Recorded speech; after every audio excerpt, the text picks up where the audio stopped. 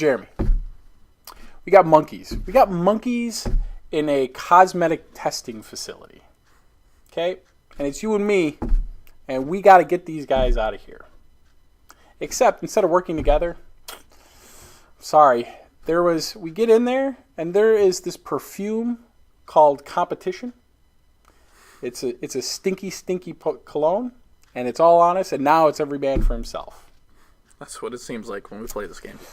That's what Monkeys Need Love 2 is. It's all about trying to rescue the monkeys from the cosmetic testing facility while also making sure that they don't throw poop on you.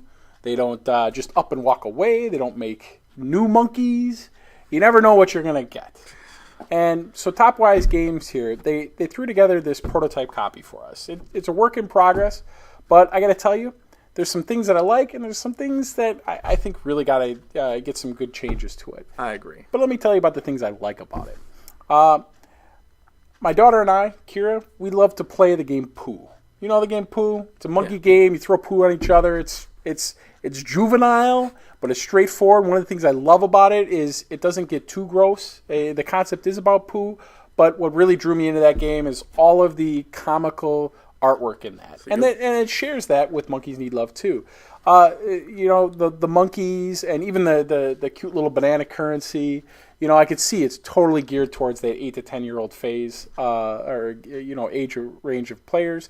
But like some of the things that weren't in it for me was there is almost a sense of excessiveness in a lot of the card text, and you have there's situations where they just seem to be overly redundant.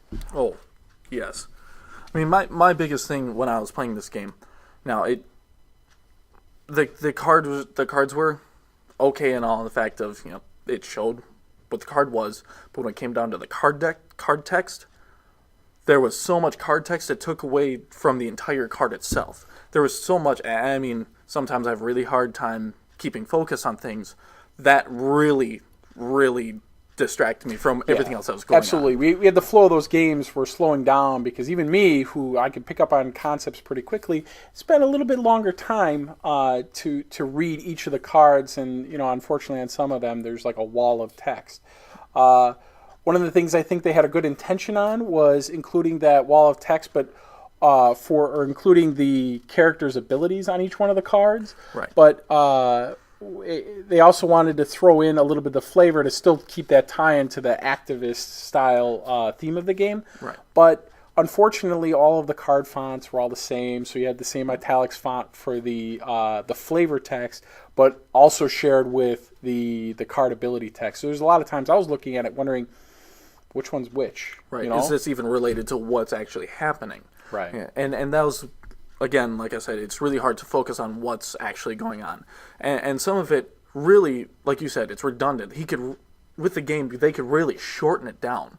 I mean, because that long paragraph there could really be shortened down to a sentence or two. Yep. We really get it. Perfect example, that banana frenzy, where yes. it almost seemed like a Chinese fire drill. Like we were gathering up all of the monkeys on the table.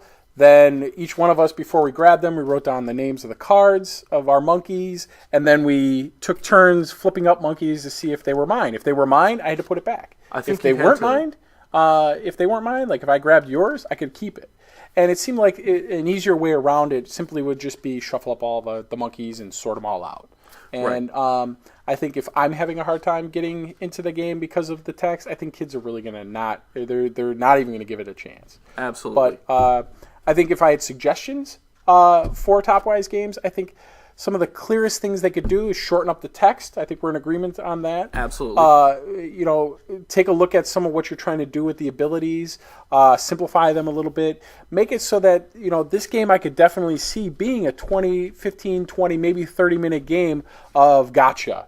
All right, we're going to get these guys and, we're getting out of here. Because, right. Capture that theme and feel of, making a break into this test facility. But we don't got a lot of time. So spend 15 minutes, get in there, get as many monkeys as you can and get out. Right. I think that could make a world of difference. And you really want to grasp that. And especially that's what this whole game is about. You really want to get in there, grab monkeys, and get out.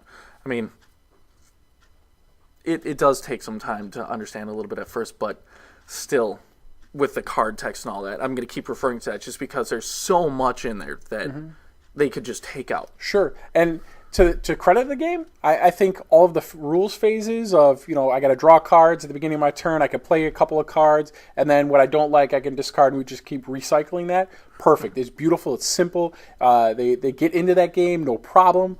Like you said, I think we just gotta fine tune some of the card text, simplify it up, and you'll have a really great game that's perfect for that 15 to 20 minute sessions with your kids. Absolutely, and that's really what this looks like it's geared for. It's just the 8 to 10-year-old group, and especially for some of the adults too. Sure. Well, that's it. It's another edition for Noobspeak, and Jeremy and I say thanks. And if you like what you see, you can always subscribe to our channel.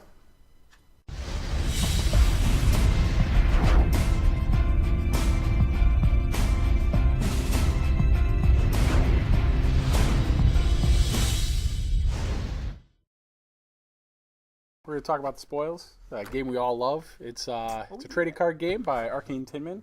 Lead designer lately has been Ken Pilcher, and they brought to us the Basic Box of Awesomeness. And it's this collection set of pre-constructed decks, including all 5 trades. That's the Bankers, the Arcanist, the Warlords, and the Rogues. Gearsmith. Shoot, Gearsmith for 5. Yep. 5 out of 5. We got this. Try it again. We will, eventually.